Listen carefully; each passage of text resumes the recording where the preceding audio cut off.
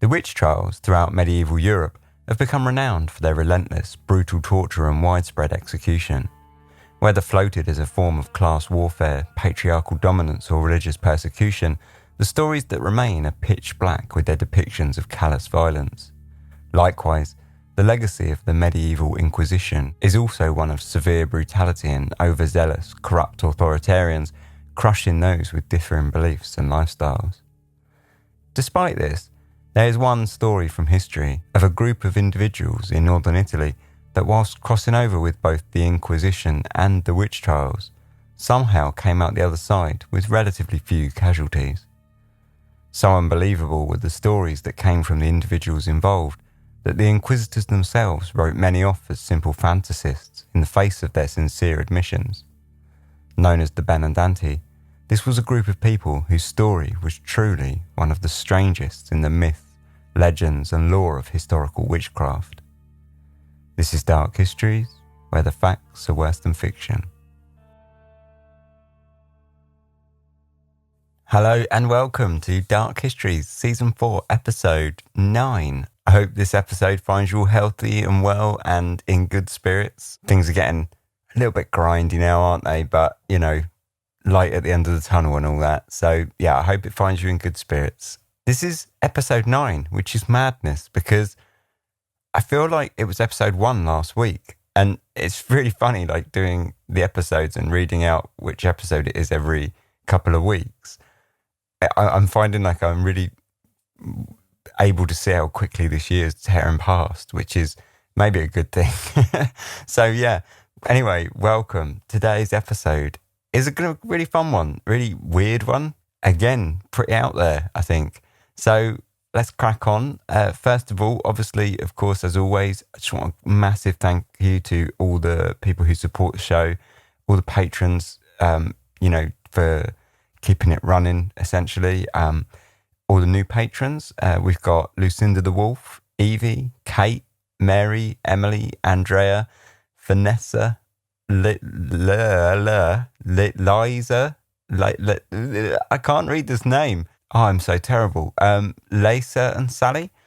I think it's Lisa. It could be Lisa. I don't know. If you let me know if I've done that really wrong, and I'll whip myself appropriately later. Paradelphia, Michael, Nyla, Mark, Amy, Karen, Anna, Brad and Carlin. So thanks very much. You know, jumping on board during this time especially is really, very much appreciated. And thank you to all the patrons as always. And thank you to everyone who supports the show. For example, there's a subreddit that's actually, might be interesting for you guys anyway, called Our Podcasts, that I kind of stalk quite a bit, just to really, not really to promote this podcast, although I do that a little bit. Mostly I just do it to get recommendations of new shows that I want to listen to personally. And I saw someone the other day say, does anyone know a podcast that's, and they basically summed up Dark Histories, right? And, I saw a post saying Dark Histories podcast, you should listen to that. And I was like, yeah, cool. I don't have to do it because someone else has done it for me already. So, if that was you, thank you very much. I really appreciate that. All that kind of support is amazing because I'm really bad at that.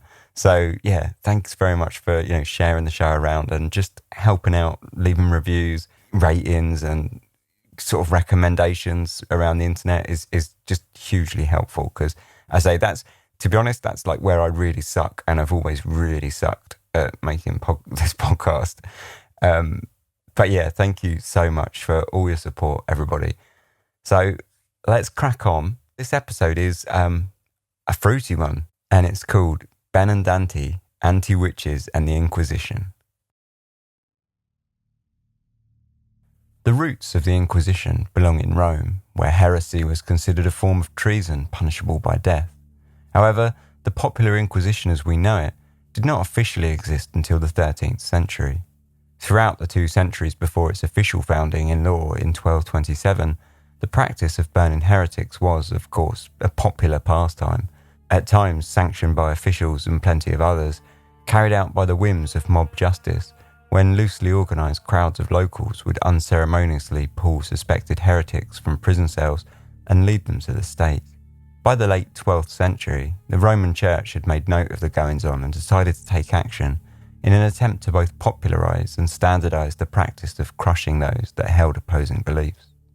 Pope Lucius III issued a decree in 1184 that stated that any heretics, as well as those that sought to defend them, were at the mercy of a secular judge who would dish out a punishment worthy of their crimes. Of course, such an operation would prove to be costly, and as such, anyone found to be suspect of heresy would have their property and land relinquished from them by the church in order to ensure the running costs were covered. It was a cosy little stitch-up for the Roman Church, and much of the ideas laid out in Pope Lucius III's decree found its way into canon law when the Inquisition was made official 30 years later as a response to growing movements of splinter religious groups throughout Europe. Groups like the Catharists, a Christian splinter that believed in Gnostic revival and the idea that there existed two opposing gods of good and evil, found themselves hunted by a new breed of inquisitor, bent on stamping out those of differing points of view, all justified by a newfound zeal for following archaic laws in the Old Testament that had been ignored for centuries prior. A series of crusades formed in order to rout out Cathars in southern France as an early precursor to the Inquisition, and to give a sharp insight into the minds of the people involved during the sacking of Béziers on 22nd of June 1209, where 20,000 citizens were swiftly murdered by crusaders. The question of what to do with the remaining Catholics was put to Papal Legate Arnaud. His reply came simply, "Kill them all, for God knows his own." This attitude carried directly into the Inquisitors' beginnings as heretics across France found themselves routinely burned wholesale, and torture became an officially authorised tactic by Pope Innocent IV. Becoming a largely independent authority, the Inquisitors had only to answer to the Pope, and with such autonomy, they ran roughshod through the countryside, trying whoever they liked, whenever they liked, for whatever they liked. Right up until the end of the 15th century, the Inquisition remained heavily focused on ridding the world of the Cathars, who had found their name being entirely synonymous with the term heretic itself. Along the way, several other groups had also fallen foul, including the Templar, Jews, and the Valdensians, and frankly, anyone else they fancied. By the mid-16th century, however, a new threat was found with the Protestants, who would occupy a large portion of the Inquisition's efforts over the coming centuries. Hundreds of thousands of Jews, Muslims and Protestants across Spain were executed, suppressed, and chased out in one of the Inquisition's darkest chapters. In general, the process of the Inquisition was largely routine. The Inquisitor would show up in an area with his entourage of bodyguards and foot soldiers, preach the sin of heresy in a public speech to a town or village, and then put in place a grace period, which could span from between 1 to 4 weeks. Throughout this period, heretics were encouraged to come forward and confess their sins, which led to a greatly reduced punishment. It also acted as a perfectly fine way to extract the names of the local heretics who were not so forthcoming. As can be expected, this was quickly abused, and both business and personal rivalries made false accusations a common theme, which many inquisitors gave little mind to care about. Once the grace period was over, the accused and suspected would be one by one called to the inquisitor's office, where they were interrogated and encouraged to confess. In a handbook for inquisitors written by Nicholas Emmerich, entitled Inquisitorium Directorum, guidance was given on how these interrogations should be carried out. The inquisitor should behave in a friendly manner and act as though he already knows the whole story. He should glance at his papers and say, "It is quite clear you are not telling the truth," or should pick up a document and look surprised, saying, "How can you lie to me like this when what I have written down here contradicts everything you say?" He should then continue, "Just confess. You can see that I know the whole story already." When sentence of torture has been given, and while the executioner is preparing to apply it, the inquisitor and the grave persons who assist him should make fresh attempts to persuade the accused to confess the truth. The executioners and their assistants, while stripping him, should affect uneasiness, haste and sadness, endeavouring thus to instill fear into his mind. And when he is stripped naked, the inquisitors should take him aside, exhorting him to confess and promising him his life upon condition of his doing so, provided that he is not a relapsed, one dilated a second time, because in such a case they cannot promise him that. After the interrogations, suspects were held for trial. They were never told the names of their accusers, nor were they given much in the way of rights whatsoever. They were not allowed to call witnesses in their own defence, nor were they allowed to have counsel. They were asked for a list of people who may bear them some ill will, and if their accusers were found to be on the list, they were at times allowed to walk free. If they admitted guilt, likewise, they were often given greatly reduced sentences, something which would be doubly true if they were also to furnish the Inquisitor with a list of names of other potential heretics. Often, however, when heretical suspects would not admit their sins or confess to their guilt, they would find themselves jailed, their assets stripped, and their bodies burned at the stake. Those who were repentant in their final moments were afforded the luxury of being garroted before burned, but for the more obstinate in their innocence, burning them while still alive would be just fine. In Italy, the Inquisition was marginally less brutal than its neighbours in Spain, and by the mid-15th century had found much of its time being taken up by suspects of heresy accused of superstition and magic, and whilst the official line was that no man must lower himself by showering toleration towards heretics of any kind, a line trumpeted by Cardinal Giovanni Carafa in 1542, the truth was that many of the Italian inquisitors were a sceptical bunch. A great many of the trials that took place over the hundreds of years throughout the inquisitorial operation were meticulously recorded and notated. Nowadays, much of this record sits locked away from the public in private or religious archives, but still many have seeped into public access, either through being sold, stolen, or gradually opened up, and within these old manuscripts, a vast tapestry of social and folk history is spun. With over 40% of the latter Italian trials focusing on superstitions as it did, numerous tales of witches, fortune tellers, and strange cults rooted in ancient folk beliefs have come to the attention of modern readers. One such group was the Benandanti from northern Italy, a group that had been entirely forgotten for centuries, and of whose actions were nothing short of the fantastic. The Friuli region of Italy lies in the northeastern extreme of the country, bordering Slovenia to the east, Austria to the north, and the Adriatic Sea to the south. It sits 100 miles to the northeast of Venice. In 1575, although it had several cities, including the politically powerful capital of Udine that was held under Venetian control, it was also home to many isolated rural towns, hamlets and communes, with vast mountainous areas in the north and a landscape that was carved through by rivers and valleys that would at times flood and become impassable, sometimes for months at a time. The story of the Benandanti begins in the small village of Brazzano, with a local priest named Don Bartolomeo Sabriza. The priest had stumbled upon a local rumour that in the neighbouring village of Iasco, a man named Paolo Gasparuto had been able to cure a fellow villager who was thought to have been bewitched by a woman who was suspected as a witch due to her eating meat on a Friday. The rumours went even further when they claimed too that Paolo was gallivanting around at night in the company of witches and goblins. Naturally, this piqued the priest's interest, and so he promptly called Paolo to his church in order for him to meet him and question him on the rumours. Sensing the danger of the religious authorities, Paolo was quick to deny their claims. He told the priest that whilst he had been helping a miller to cure his sick son, he had merely suggested an old folk belief that he could have been possessed by witches and had given the miller a protective charm to calm his fears. Paolo had so far played his cards close to his chest, but then in an exposition of some flair, he went on to explain that he was certainly not a witch, as some had claimed. In fact, he regularly fought battles against the witches, both in order to protect the villagers and their crops. Furnishing the priest with more details, he then explained that the miller's young son had been on the brink of death when he was saved by a group known as the Benandanti.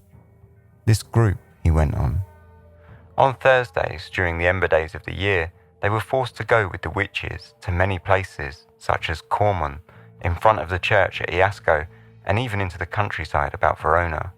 They fought, played, leapt about and rode various animals, and did different things among themselves, and the women beat the men who were with them with sorghum stalks, while the men had only bunches of fennel. Concerned about what he had heard, Priest Sabrisa journeyed to the city of Cividale to consult with the local inquisitor on the 7th of April 1575. Along the way, he chanced a meeting with Paolo, who took him along to the inquisitor's office. Some may have felt a twinge of concern after being picked up by a priest and asked to visit the inquisitor's office, but Paolo was all cheer. Instead, he continued on with his story, seemingly unafraid of the inquisitor, Giulio de Sisi.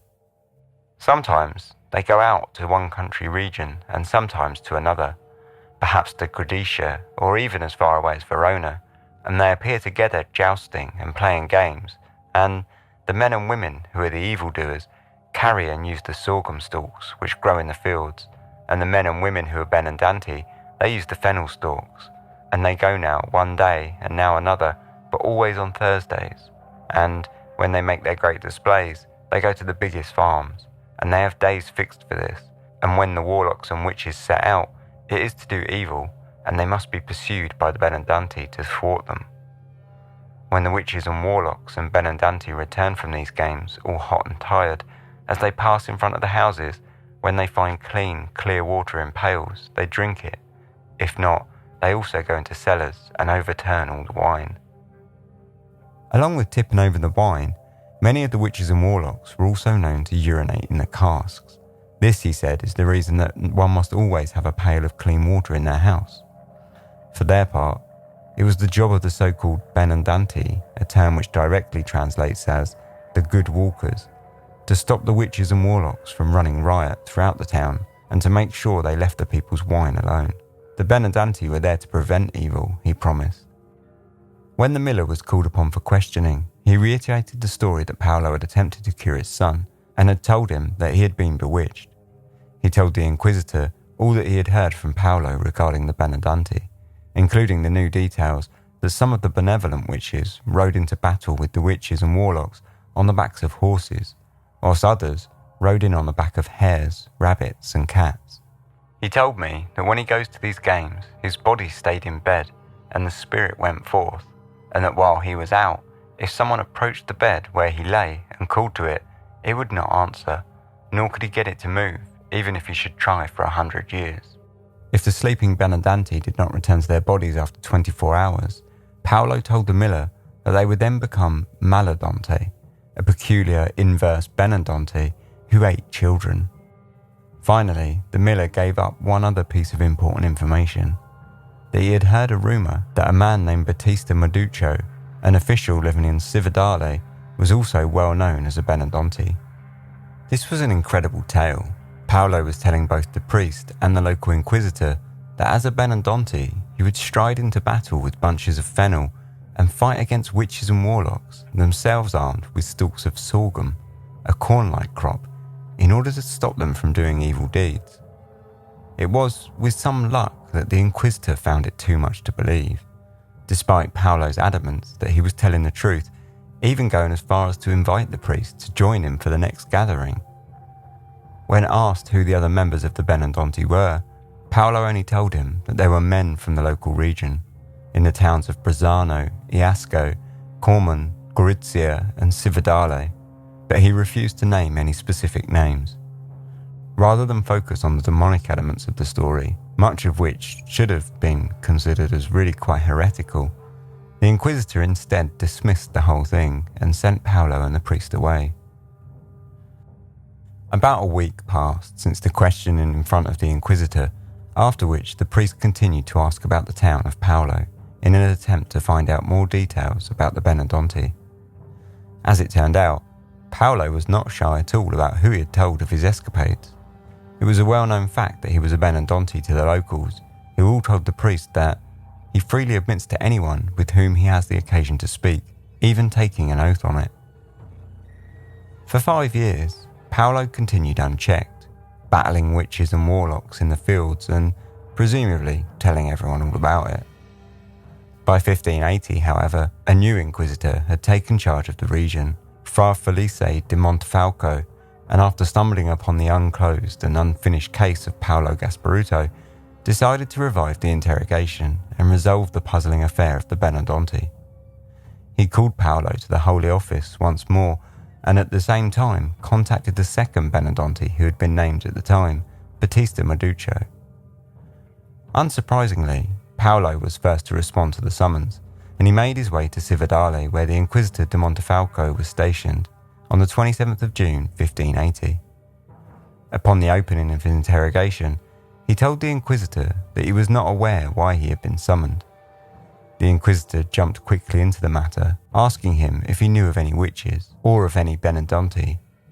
In stark contrast to his earlier interrogation, however, he now flatly denied knowing any witches at all, and he simply laughed at the question of the Benandanti, replying, "Father, no, I really do not know. I am not a Benandanti. That is not my calling." He even denied ever hearing of any bewitched child from his village, claiming not to have heard of the miller's son. The Inquisitor pressed him on the issue, and after several questions, he did eventually admit that he had told the previous Inquisitor that he had had dreams of fighting with witches and continued to laugh off the Inquisitor's further questions. When asked why he was laughing so much, he gave the cocky response, "Because these are not things to inquire about, because they are against the will of God. You are asking about things which I know nothing about." The Inquisitor went on, pushing and questioning if Paolo had ever spoken to the priest, the Inquisitor, various villages, about the existence of Benandanti, and if he'd invited them along to a gathering if they wished, which Paolo denied flatly. At the end of the questioning, the Inquisitor reminded him that he should be truthful if he wished to be treated with mercy, and he was placed in custody. Later that day, Battista Meduccio too appeared before Fra Felice de Montefalco, stating that he had no idea why he had been summoned. He assured the entire room that he knew of no heretics, and when asked whether he knew any witches or Benandanti, he replied, probably more smartly than Paolo, "Of witches, I do not know if there are any, and of Benandanti, I do not know of any others beside myself." He then went on to explain to the Inquisitor what he meant by being a Benandanti. "I am a Benandante because I go with the others to fight 4 times a year, that is, during the Ember Days, at night. I go invisibly in spirit and the body remains behind. We go forth in the service of Christ, and the witches of the devil. We fight each other, we with bundles of fennel, and they with sorghum stalks. And if we are the victors, that year there is abundance, but if we lose, there is famine." The Ember Days that Meduccio mentioned were 4 periods of week-long fasting that were acknowledged by the Catholic calendar, loosely corresponding with the changing of each season, when thanks and prayer were offered to God for the gifts of nature. These practices were originally a series of much older celebrations and holidays that the Church absorbed into its own tradition when it sought to gain an original foothold in Europe. Meduccio had gone a step further than Paolo in his insights, linking the Benandanti with a divine mission to protect the coming crops. He also went on to explain that a person enters into the fold of the Benandanti at the age of 20 and serves for 20 years, at which time he is free to leave if he so wishes. For his part, he assured the Inquisitor that he had not taken part in any battles with the group for more than 8 years.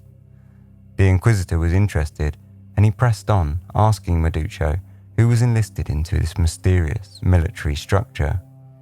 "All those who have been born with the call belong to it, and when they reach the age of 20, they are summoned by means of a drum, the same as soldiers, and they are obliged to respond." The call that Meduccio spoke of is a rare condition of being born with the birth membrane wrapped around the head, face, and sometimes shoulders.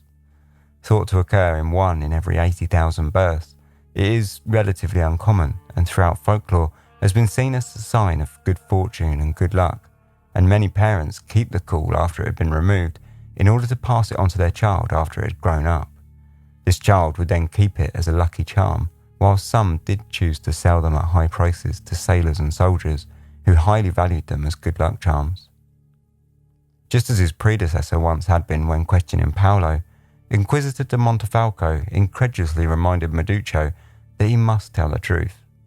If he hoped for less fantastical tales, his hints were outright ignored, as Meduccio just went on to describe the being that called them to the company during the Ember Days along with his own company. While some of Paolo's original descriptions of the battles were almost quaint in their nature, these elucidations from Meduccio told of how the battles were not always such simple, small-scale, LARPing affairs. The witches and warlocks which they fought were quoted to be in the thousands, with a figure ranging from 3,000 to 5,000 and more. Both armies were accompanied by banner carriers as well as buglers and drummers who stood firm, noisily supporting their side, whilst the vegetarian clashes saw shreds of abandoned fennel and sorghum litter the herbaceous battlefield below like a twisted antipasto salad. The banner carrier, seen alongside the company of Benandanti, was described as a man carrying a large standard made of white silk stuff that was gilded with a golden lion. The banner of the witches and warlocks, in comparison, was crafted of red silk, and rather than lions, had an insignia of 4 black devils. Each side was led into the battle by their captain, the same man who had originally given each member his orders to answer the call when they had officially begun their journey as a Benandanti. His captain, he told the Inquisitor, was a man of 28 years old, very tall, pale-complexioned, red-bearded, and of noble birth, with a wife. In contrast, the captain of the witches and warlocks was black-bearded, big and tall, and from the German nation. "In the fighting that we do, one time we fight over the wheat and all the other grains, another time over the livestock, and at other times over the vineyards, and so on. On 4 occasions we fight over all the fruits of the earth, and for those things won by the Benandanti, that year there is abundance." The Inquisitor had heard enough, and he closed the questioning, asking Meduccio to name other Benandanti or witches. However, Meduccio replied that he was unable to give names as he had taken a lifelong pact as a Benandanti not to name the names of either group. The Inquisitor was sly, however, and reminded them that if he had left the company, as he had said, then he was no longer subject to any pact. Reluctantly, Meduccio furnished the Inquisitor with the names of 2 witches. The first, he said, was a woman who had dried up the milk of some animals. Unlike Paolo, Meduccio was then dismissed from the interrogation, though he was asked to not leave the vicinity in the near future in case there was a need to summon him again. The next day, after 24 hours in the inquisitorial prison, Paolo was recalled to the Inquisitor to see if he might have had his tongue loosened. When the interrogation opened, Inquisitor de Montefalco asked him, "Have you thought better about speaking the truth than before?" To which Paolo replied, "Yes, Father, and I will tell it rightly." Paolo then went on to admit that he was himself a Benandanti, though he had left his company 4 years prior. When asked for his reasons for lying the day before, he told the Inquisitor, "I was afraid of the witches, who would have attacked me in bed and killed me." He then went on to explain that when he was called to the company to fight for the Benandanti, a peasant from Vicenza had summoned him in his sleep, and he had been able to reply through his spirit. Strangely, Paolo's company was only 6 men deep, significantly smaller than Meduccio's, which he had said had numbered into the thousands. However, the manner of the fighting, the fennel and the sorghum, and the colour of the banner was apparently just the same, including the details that there was a lion gilded into it. His captain too was a man from Verona with a red beard, though Paolo believed that he was perhaps a peasant and not a man of any noble birth. He was then asked if he knew the names of any of the members of his fellow company members, which at first he denied. However, after some pressing, he gave up 2 names to the Inquisitor, though both were vague descriptions of peasants living some distance from the Holy Office. The Inquisitor then dismissed Paolo, asking him to reappear in 20 days' time. This order was, of course, promptly ignored by Paolo, and so, on the 24th of September, he was rounded up and imprisoned to await a further audience with the Inquisitor. 2 days later, Paolo was once again back in front of Inquisitor de Montefalco to face his questioning. Once again, Paolo had decided to alter his story, giving it a much more Christian bent this time, probably in the vain hope that if he had done so, the Inquisitor would drop the entire trial and allow him to get back to his life. This time he told the Inquisitor that he had been called to the Benandanti by a golden angel who had appeared before him at night whilst he had slept. The angel told him that he was called to fight for the crops. The mention of angels, however, appeared to have quite the opposite effect, as the Inquisitors seemed to believe that the angel was perhaps a trick of the devil, and in fact a demonic being. He continued to question Paolo, asking him if he appeared on a throne and if he was offered food, women and dancing by the angel as a reward for their work. Paolo was relatively fast to cotton on to the Inquisitor's line of questioning, and he quickly began to assure him in his answers that it was the witches he fought who were the devils on thrones and who dance and leap about. Our angel is beautiful and white, he assured him. Theirs is black and is the devil. Paolo's questioning was promptly wrapped up and he was once again returned to his cell. Further questioning began 6 days later on the 1st of November. This time, Paolo's wife was summoned to speak to the Inquisitor, though she denied knowledge of anything relating to the possibility that her husband was a Benandanti, only admitting that once, when she had tried to wake him one night, he had been impossible to rouse from sleep. After this story, she returned to denying all knowledge of anything further and was eventually dismissed. 2 days later again, now the 3rd of November, Paolo was back in interrogation. This time, he told the court of his coming to know that he was a Benandanti. About a year before the angel appeared to me, my mother gave me the call in which I had been born, saying that she had had it baptized with me, and that had 9 masses said over it, and had had it blessed with certain prayers and scriptural readings. And she told me that I was born a Benandanti, and that when I grew up, I would go forth at night, and that I must wear it on my person, and that I would go with the Benandanti to fight the witches. Though his story was now changing once more, he told the Inquisitor that he had come to believe that the visiting angel was perhaps, as suggested by the Inquisitor, a diabolic being sent to trick him. The trials of both Meduccio and Paolo had drawn to a close. The Inquisitor called both before him one last time to carry out their sentencing for having been caught up in numerous perversities and heresies. So great was your audacity and so small your fear of God that you dared to affirm before us that to reveal the names of the witches and Benandanti was to go against divine will, and you also declared that you believed and firmly held that these impious games were permitted by God, and that you fought for God. Similarly, you asserted that you seriously believed that the captain, under whom you went these games, had been placed there by God. And so on and on. The list of heresies were long, and the speech given was longer. Eventually, both men were sentenced to 6 months in prison, told to fast over the Ember Days for 2 years, and told to confess their sins 4 times a year for 5 years. Lastly, both men were ordered to hand over their calls to the Holy Office in order that they be destroyed by burning. While seemingly harsh, the sentences were in fact relatively light for the Inquisition, and they were soon made much lighter when a few days later, after begging for forgiveness, both men were excused of their sentence entirely and instead ordered only to stay within the boundaries of Cividale for 2 weeks. After the trial of Paolo Gasparuto and Battista Meduccio, there were several other trials concerning Benandanti that spanned over the next 100 years.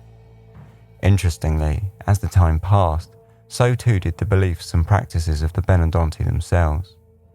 One of the primary changes was that of the point of the Benandante. In earlier trials, they were fighting with the witches and warlocks in order to ensure good harvest and healthy crops, but the later trials lent more and more heavily towards the concept that the Benandante were fighting their vegetable-fueled battles in order to protect the local children from demonic harm. During the trial of another Benandante, Florida Basili, in 1599, she claimed that she could see the dead, a belief that was reflected in the trial of Bella La Rosa, another suspect in a trial that had taken place 18 years earlier, where Bella claimed that she could both see and communicate with the dead. In both cases, the trials had led to dead ends, with both women eventually released from questioning and their trials falling away into obscurity. In 1582, the trial of Caterina La Guercia, an elderly woman from Cividale, was another Benandante who claimed to use charms to cure sickness in the local children. And in 1600, an account was given to the Holy Office of an old woman named Pascuta Agrigolante who claimed to fight in battles with witches, both to secure good crop harvests and cure sick children.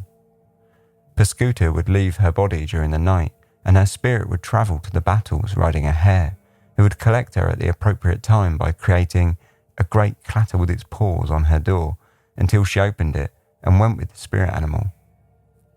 In later trials, Benandanti gave evidence that their spirit would leave their body in the form of small animals, with mice being a recurring theme, as well as butterflies. Although the stories of the Benandanti shifted over time, the nighttime spirit battles were always a staple, core part of the suspect's belief.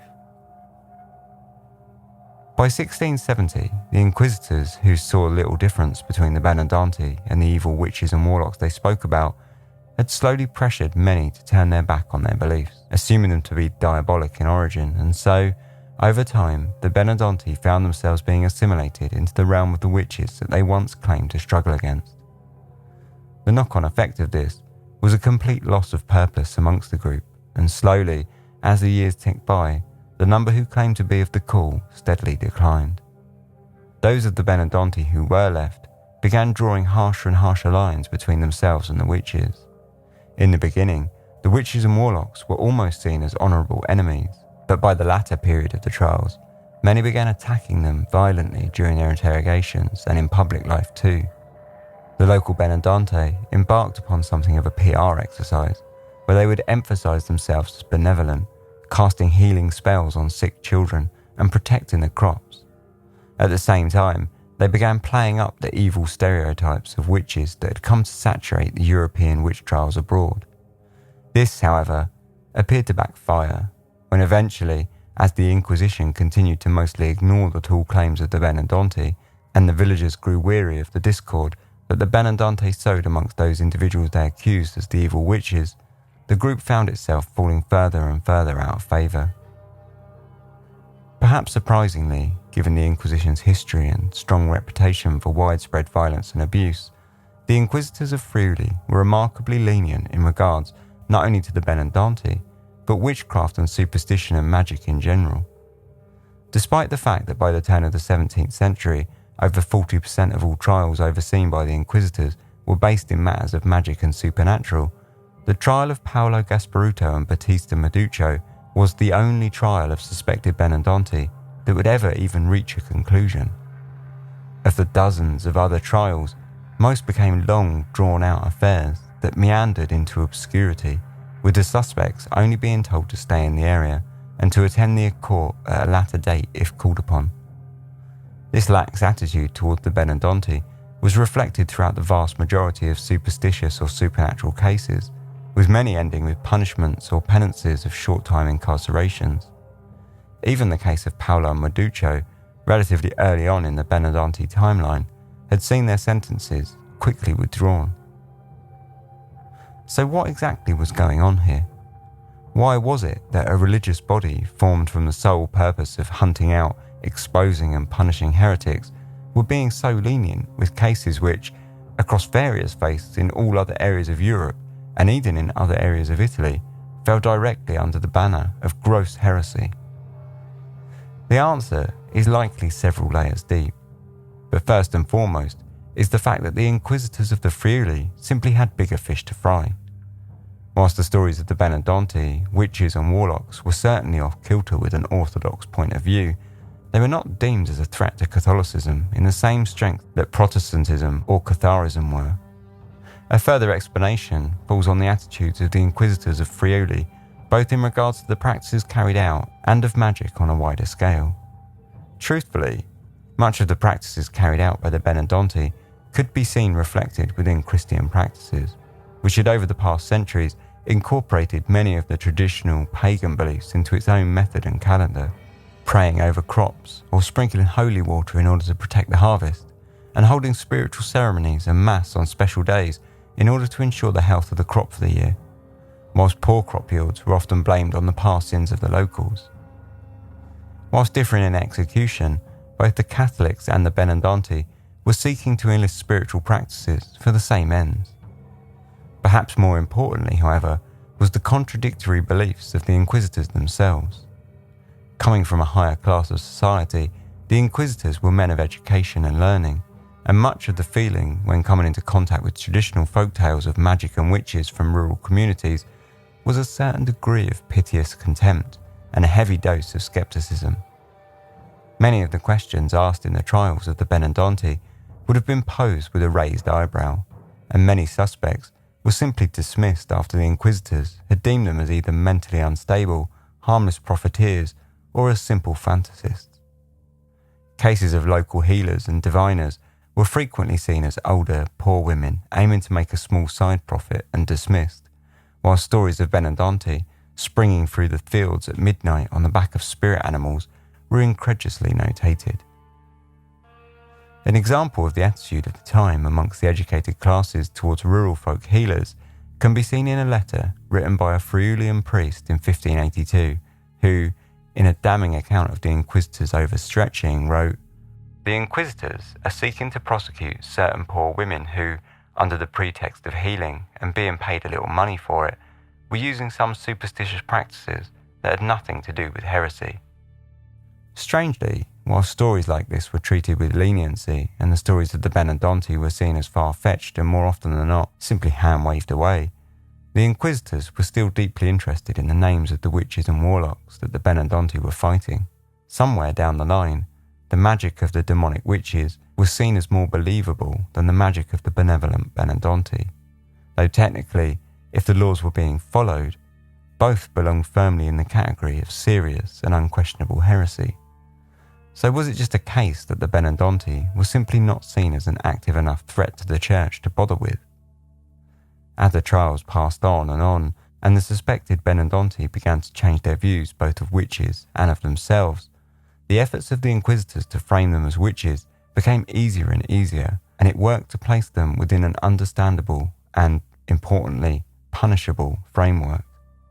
The Benandanti slowly found themselves willfully walking into extinction as their own beliefs eroded and they began accepting the inquisitorial line, even going as far as admitting to cavorting with the devil and spitting on the cross. It was, in a sense, a subtle effort that, despite being driven by indifference, slowly worked to rid the rural villages of their unorthodox beliefs and bring them back into the Roman Catholic fold. The theories about precisely what the Benandanti were are, as one might expect, numerous and wide-ranging, from deluded folk stories to shamanistic rites. One of the more interesting theories subscribes to the possibility that the Benandanti were an ancient folk group who would smear themselves with ointment before bed, which would lead them to having hallucinogenic dreams, a practice seen amongst the claimed witches of Spain who would use certain ointments and creams in order to allow their spirit to leave their physical body. The largest problem with this theory was that amongst all the trials, only 2 ever mentioned any sort of oil being used, and one of those in 1591 was simple lamp oil. A second trial mentioned only oils and creams, but no further detail was provided.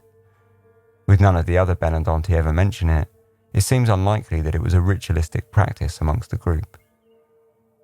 Carlo Ginzburg, the first historian to uncover the trial transcripts mentioning the Benandanti, theorized in his book, The Night Battles, published in 1966, that the group were the unbroken remnants of an ancient agrarian fertility cult that had its origins throughout Europe and who all worshipped a similar female goddess, though under various names such as Diana, the Roman patroness of hunters, the Roman goddess Venus, Pector, a German and Austrian pagan goddess, and Holder, a character from the German folk legend. Although his interpretation had caused controversy in the years since publication, with many failing to see enough evidence of a central belief system, many scholars have since suggested variations on the same theme, theorizing that the Benandanti instead were looser remnants of pre-Christian beliefs, originating from the Balkans, Hungary and Romania, as well as links further afield throughout Europe to other folk myths and legends. These various characters also fought against evil witches and warlocks to protect crops, but many under different guises and for different reasons. One example was T.S. of Kaltebrunn, a werewolf from Swedish Livonia who, in 1692, was tried for heresy. Throughout his trial, he insisted that he was a hound of God who went to do battle in hell against devils, witches and warlocks 3 times a year in order to rescue grain and livestock for the local village. So what of the theory that the Benandanti's night battles were, in fact, real? At first, this may seem absolutely ridiculous to any rational person out there, but consider for a second that many of the Benandanti were able to describe their captain, often in very similar terms, such as the colour of the man's beard or hair, or the description of the banners held by both the companies of Benandanti and witches. One could make a compelling argument that such details were passed down through oral tradition, but more difficult to square is the fact that many Benandanti trials ended with the suspect naming other witches or Benandanti in faraway areas who they had claimed to meet during the battles. Were they just names pulled from thin air, or were they perhaps names of people they had met in years past? In a region that was notoriously difficult to travel through, it seems very unlikely that they had met them in any real-world, non-spiritual travels. Trying to figure out the truth of the Benandanti is fairly difficult, not only because of the uniquely bizarre stories that they told, but also because of the lack of evidence we have to say what the trialed suspects thought themselves about being a Benandanti. Whilst it is perfectly possible that some were simply profiteering from old traditional folk beliefs, it has to be given serious consideration that a good many firmly believed that they truly went on these journeys and entered into battle with demonic forces. From all the various accounts that tilt on a similar theme, it seems quite likely that Benandanti held their roots in older, more widespread beliefs, passed down through generations, mutating as they travelled across Eastern and Central Europe.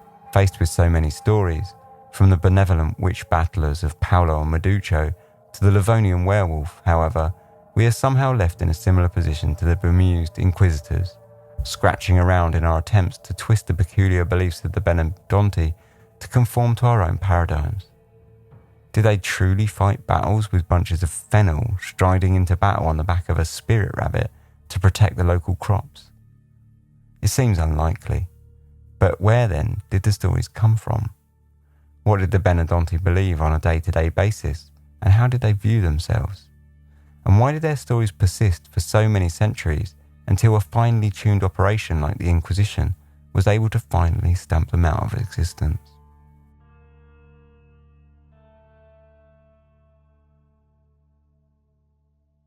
That was the Benandanti, an absolute crazy bunch of folks from Italy, and I absolutely love them. We'll be talking a bit about them a little bit more after this short bit of capitalism. Thanks for listening to Dark Histories. This podcast is entirely independent and funded by myself and listener support, so in order to do that, I need to run a few ads. Our long-time advertising partner is Audible, and the reason I've stuck with them for so long is that they offer a service that I actually use and enjoy myself. And I do think it actually offers value to people like myself who enjoy podcasts. If you're unaware of what Audible is, it's an audiobook subscription service which charges a monthly fee in return for 1 credit, which you're free to spend on any audiobook you like. The catalogue is huge, multilingual, and covers everything from fiction to series of lectures. They have an iOS, Android and web app, and if you use more than one, they all sync up together so that you can listen on any of your devices without having to skip about. If you ever feel like you want to take a break from the subscription, you can do so and you get to keep all your previously bought books. And when you get into a drought, you can just fire it up again and start gaining credits seamlessly. Some of my favourite books on there to date are The Complete Sherlock Holmes, which is read by Stephen Fry. And they've also got the original Exorcist book and just a huge history back catalogue. And I've really enjoyed all of those, basically. So if this sounds like something you might be interested in, head over to audible.com/dark histories. And that's dark histories, all one word. And you can start a free trial that offers a monthly subscription with 1 free credit so that you can instantly pick an audiobook of your choice. If at the end of the trial you feel like it's not really for you, you can just cancel it and it's cost you nothing and you get to keep your free book. So once again, that's audible.com/dark histories, or you can find the link in the show notes. So earlier I mentioned listener support, and there are a ton of ways that you can get involved and support Dark Histories. The main way is to become a Patreon patron. If you listen to a lot of podcasts, I'm sure you're familiar by now. But for those not so much, Patreon is a way to make a monthly pledge in return for some small perks. On the Dark Histories Patreon, I set my pledges as low as I can really, with options for $1, $3 and $5 per month. And for that, you gain things like early access episodes without these horrible ads. PDF notes and resources that I make and find during my research for each episode. There's also access to the live stream archives and more. So if you enjoy the show and you think it's worth it to you, hop over to darkhistories.com and you can find all the ways that you can support, including our Patreon, or just check out the links in the show notes. If none of that appeals, then sharing it around with all your friends and family is equally as helpful and just as much appreciated. So if you're here, then thanks so much for not skipping the ads with that 30-second skip button and giving my hard sell a listen. I'll let you get back to the episode. Cheers. So yeah, that's the Benandanti. What a cracking story. I really like just about everything about them, actually. I really like everything about their stories. I think they're absolutely bonkers. I love the fact that the original stories from Paolo and the other guy was just about striding into the battle on the back of rabbits to fight with sticks of fennel. I mean, you really can't go wrong with that story, can you? It's absolutely beautiful. So of the things to talk about, I mean, there's a lot to talk about here. One of the things to kind of point out about when you're researching this is really thoroughly frustrating is that, and you can only really assume that this is intentional, but the notes of the interrogations, they didn't do it word for word. So they don't tell you the Inquisitors' questions word for word at all. They write it like, for example, questioned, Paolo replied, no, I didn't get up in the morning. So then it's up to you to kind of figure out the question from the context. So, of course, that one's an obvious one that they didn't ask. But, so you can figure out the question for yourself. Paolo, did you get up this morning? Do you know what I mean? Or what time did you get up? That's what they're asking. But obviously, when you get much more deep into like weird folk stories and stuff, you're trying to figure out these absolutely bizarre questions from the context of the replies. It means two things. Firstly, it's a pain to do and it's difficult. And you're not quite ever sure if you're really nailing the questions that were asked. But also, it means you don't really get the whole picture of the attitudes of the Inquisitors, because you're only really getting what you can infer, which, like I said, I assume that's intentional. I wonder if that's to stop the Inquisitors incriminating themselves and leaving like a record of if they were asking leading questions and things like that. It seems intentional to me, but it's tricky. It makes the whole thing tricky, and it means we don't ever really get the full picture, which is really frustrating. But I mean, it goes on. There's all sorts of issues to do with the source material with this stuff, because it being so old and done by an organisation that were strangely keen to record everything, but not keen to record everything, if you know what I mean. So one of the biggest issues is the source material. And given that all its primary sources were written by the Inquisition, the biggest problem lies in the fact that their lack of concern for the Benandanti and the Superstitions was such that the trials, although they got heavily documented, they were sort of written out about in quite a blasé, dismissive attitude. This again colours the picture quite a lot, along with the fact that there's also a bias in the documents towards the weird things that they were doing, because there was like 40% of their Inquisitor inquiries were like about magic and that. So again, it does tend to colour the picture, both that the Inquisitors were essentially a fairly chilled out bunch of people, which it sounds like in Italy they were, or at least in this area they were a bit more chilled out than other places. But as we know, from history, that the Inquisition and the Inquisitors were not a chilled out bunch. They were evil. But the other thing it does is it also colours the Benandanti as a complete bunch of Fruit Loops, which, again, maybe they were, and a lot of their stories are pretty out there, but it doesn't ever really give them any sort of gravity or weight. It's very, dismissive, and it's all written very dismissive, so it's hard to... You have to kind of read between the lines and, again, take a lot of things within their context. It makes researching this whole Benandanti thing really quite difficult, but, fun at the same time. But it all sort of falls in line with that idea that, although it was heavily documented, it kind of wasn't documented at the same time. And you see this all the way throughout the Inquisition, really. things like torture, we don't really know what was going on in the cells. So, for example, like when they arrested Paolo, one of the darker moments in the story for me is when it's noted that he was told that he should think better about speaking the truth, and then led away to the dungeon, right, to be locked up for the 24 hours before he was questioned again, and then his story changed.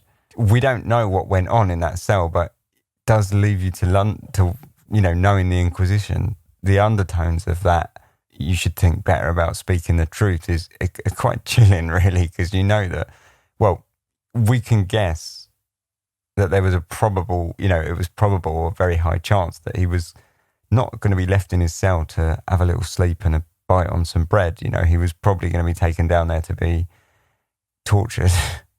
So yeah, it's there's a lot of, when you read the original documents, there's a lot of it comes across very light and very easygoing, but it's like when you start kind of thinking about it and sort of scratching below that surface, you start going, oh yeah, no, this isn't as light as it looks, is it? There's a bit more going on here, but it's all sort of inferred and it's all kind of left. It's what's not said, if you like, that is more dark than actually what is said. Because what's said is actually quite above board, relaxed, and makes them seem well chilled out. But it's all the things that aren't said that you're just kind of left to go, knowing about the Inquisition, I'm not sure this is exactly right.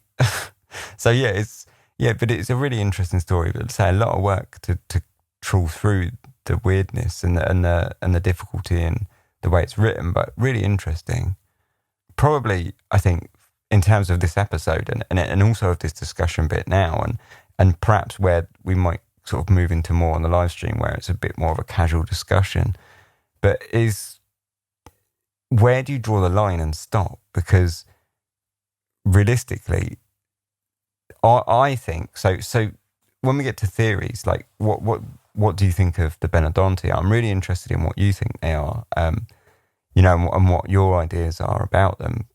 Because for me, I just assumed that they were basically a loose group of people that sort of held on to very old, like sort of pagan traditions and beliefs that had kind of seeped in to their lives through oral traditions and stuff like that. And of course, if that's the case, and that's what I believe, that they're just all these old traditions that were kind of picked up here and there and had persisted in different forms, you can just keep researching this literally like almost forever, because there are so many folk beliefs and splinter groups that are all held together by those loose, tenuous links. You could go forever. I mean, just like I showed as an example really in the episode, we go from like Italian Benandanti who were riding on the backs of spirit rabbits to fight with stalks of fennel, to a werewolf who was fighting in hell against the devil's creatures or whatever in Scandinavia, in Sweden, or, in that whole kind of northwestern Europe, sorry.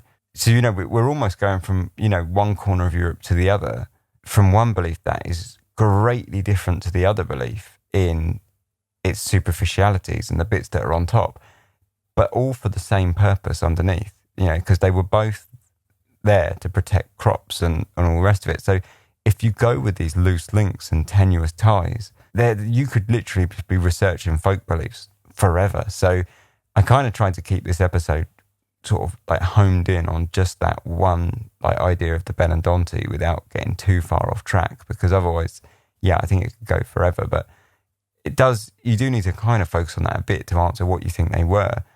One of the theories that I really like, I'm not sure I believe it, because like it said that there wasn't really any evidence of it, is that it was almost shamanistic and people would use like ointments on themselves and then go to sleep and kind of basically trip out and have these dreams and, experiences. And that's where they come from. And I like that idea. I wonder if that's perhaps where they started and they kind of progressed to people just kind of like having faith and sort of fooling themselves a little bit.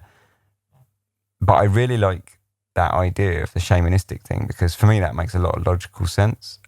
So it doesn't seem to be the truth so much in the latter period of the Benandanti, because in all of the, like I say, that it's very rarely actually spoken of that they even used any of these ointments and creams. And you would think that at least a few of them might have mentioned it if it was widespread, you know, if that's what they were doing definitely. So it doesn't seem like that's what they were doing, which is kind of a shame because I really like that idea. But I wonder if that's like where it maybe originally came from, you know, if that was like the original beliefs and practices. Like I say, like those practices just kind of bled over into like oral tradition, and these latter kind of Benandanti weren't really having like big trips and great experiences. They were just making it all up for either profit or profiting in some way, like not necessarily financially, but through like the goodwill of the village, or, you know, things like that, or even just trying to, you know, promote a little bit of motivation and happiness within the village, or a bit of hope or whatever in the village. Like maybe they were doing it for, you know, benevolent reasons. Maybe they were doing it for purely selfless reasons. You never know, but I wonder if that's where they originally came from anyway, like from these shamanistic ideas and practices. And then they sort of evolved into these kind of more ritualistic, spiritual sort of faith ideas, rather than actual practical mashing up veggies and rubbing them on yourself and tripping out whilst you're in your bed. But yeah, no, really cool stories. I really liked it. I thought it was great. I'd love to hear from you, say what you think they perhaps were. And if you know of any stories from your own country that reflect this as well, like get in touch, let me know. Because, you know, I'm sure that almost every folk belief has like these similar ideas of fighting something, or not necessarily fighting like a demonic force or an evil force or whatever, but protecting the crops via there's a benevolent kind of spiritual element that's out to kind of help the crops and give a good harvest, because we see that across so many beliefs, right? So yeah, I'd love to hear your thoughts on it, and say if you've got any stories from your own country that, you know, is like an old kind of folk belief along those lines, definitely like let me know. I'd love to hear them, because they're stories that really fascinate me, and I really love saying. It's the one thing that I really, it's what kind of got me into doing looking at the Benandanti and eventually this episode. So yeah, I'll leave it there, I think. Thanks very much for listening. Please do get in touch. You can do that via my email, which is just contact@darkhistories.com, and you can get in touch with me through there. You can also do it through all the social media, Facebook, Twitter, Instagram. We're on it. Just search Dark Histories. It's slightly different variation on each one. I think we're at Dark Histories on Twitter, Dark_Histories on Instagram, and the Dark Histories podcast on Facebook. So, you know, find us on there. You can find links to all of that in the show notes, and also on the website, which is darkhistories.com, along with ways that you can support if you want to. And if you do want to, then that's, you know, great. Thank you very much. That would be much appreciated, but you don't feel like you need to. So yeah, thanks very much for listening. Take care and stay healthy, and, you know, have a great couple of weeks, and I'll see you all very, very soon. So thanks very much for listening. Cheers. Sleep tight.